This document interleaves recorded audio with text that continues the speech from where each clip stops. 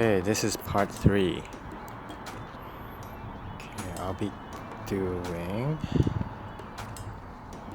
timing chain and cog replacement, including the guide rails, tensioners, etc.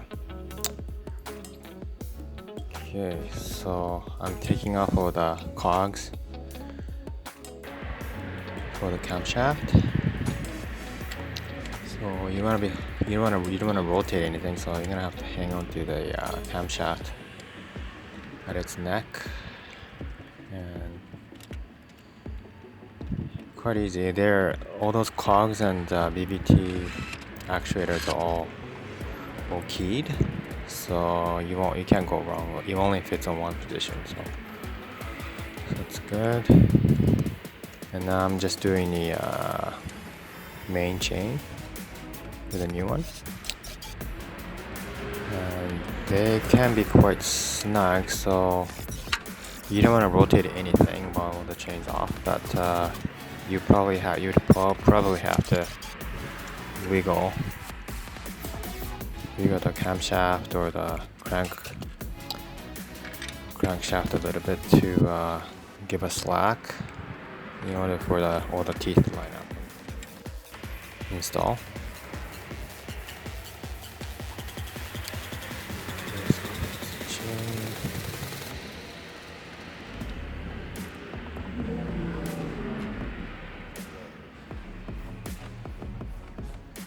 Okay, so I'm just pulling the pins of the camshaft chain tensioner, and then I'm now onto crank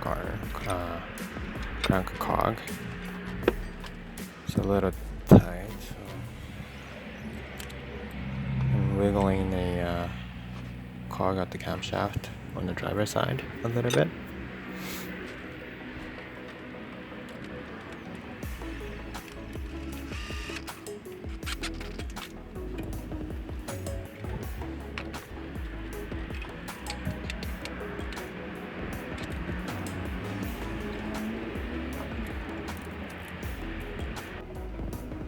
Okay, so the guide rail for the driver's side is on, and now I'm on to the tensioner rail.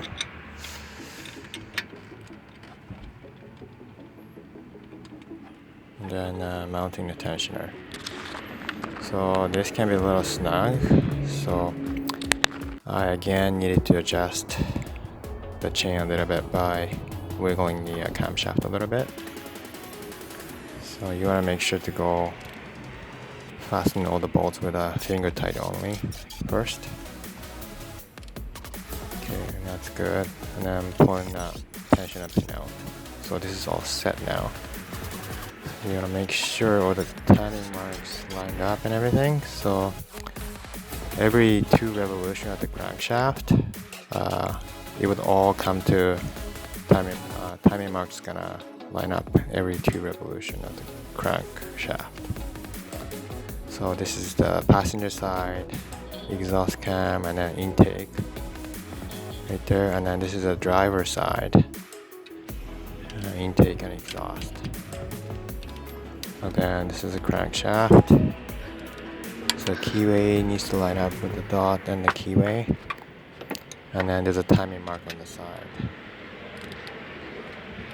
Okay, so that's all good now. So I'm torquing down all the bolts, everything.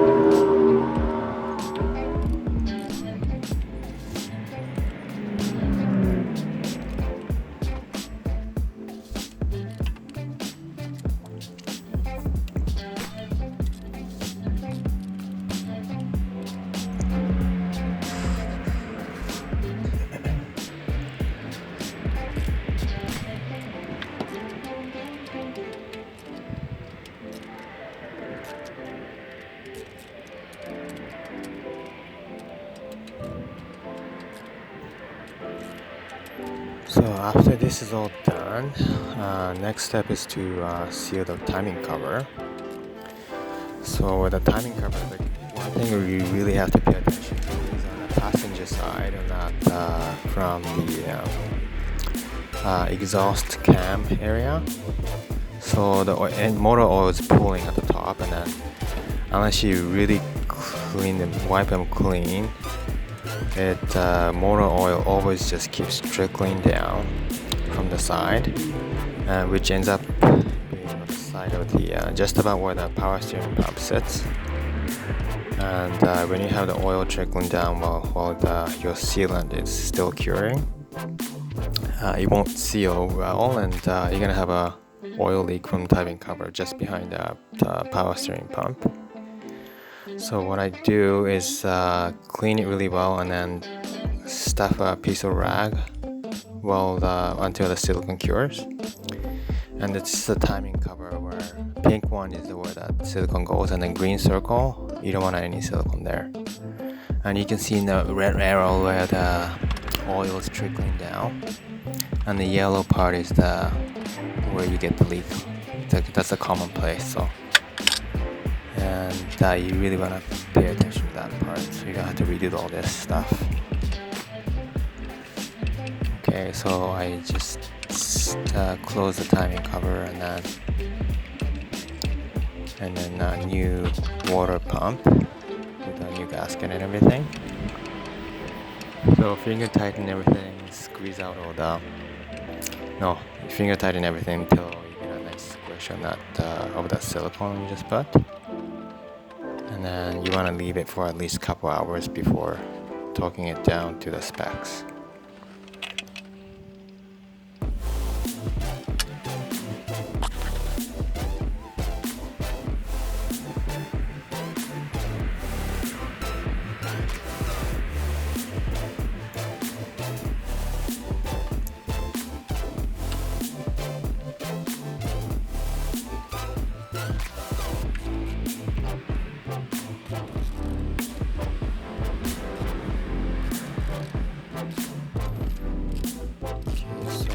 Putting back all that camshaft, like oil regulator, position sensors and everything. And I'm ready to torque down the timing cover and also the water pump. So lots of crisscrossing and up and down, just a little bit at a time, evenly. You have to torque it down. Yeah, you gotta make sure not to forget the bolts that attach to the pan, like at the very bottom of the timing cover through the oil pan. So you gotta make sure that's included as well. You wanna tighten the bottom and then come up to the top. Okay, so that's all torqued down. And then I'm just onto the accessory, like power steering pump and tensioner mount on the right side, on the driver's side. And then AC compressor is gonna go on there. And then alternator needs to go back on. And after that, there are all that serpentine belt pulleys. And then there's still oil filter housing, and thermostat housing needs to go back on.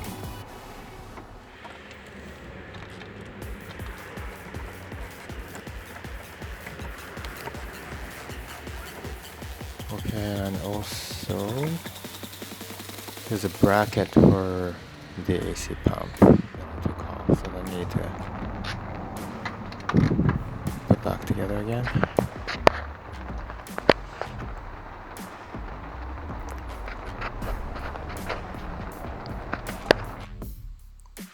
Okay, so now the harmonic balancer needs to be torqued down. So this one you want to kind of do just a wrench with a harmonic balancer holder. The tool might be made like that, and then it goes against the frame like that in that picture. And when you some people, no, lots of people do the impact gun to a toolkit. And what happened last time was just the impact gun's little whip gave it an extra slack on the chain, and then it popped chain tension at 1 notch, a little too far.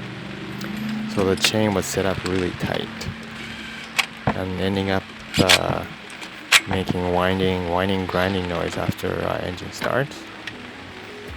So you wanted to prevent it from happening. Yeah, just fix the harmonic balancer with the tool to the frame, and then just use a torque wrench.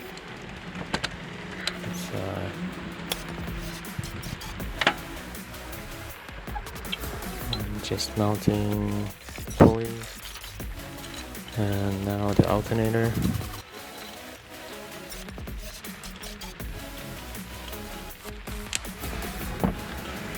Our filter housing is on.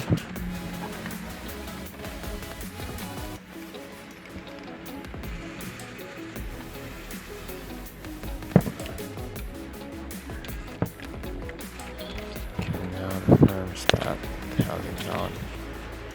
And all the radiator hoses needs to come back on.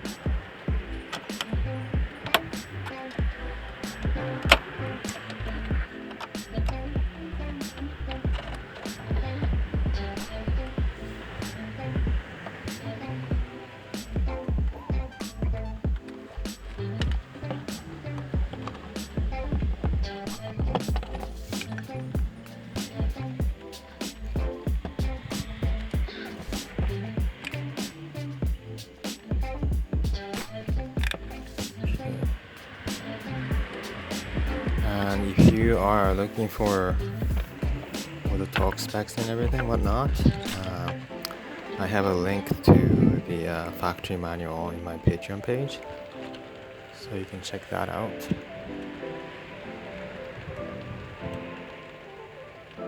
Okay, so this is all good. And then I'm putting the radiator fan and the shroud back on. So remember you have to put the shroud and the fan into the engine bay all together. And yeah, the fan's held on with the nuts, and the shroud with the bolts, with the 2 clips at the bottom.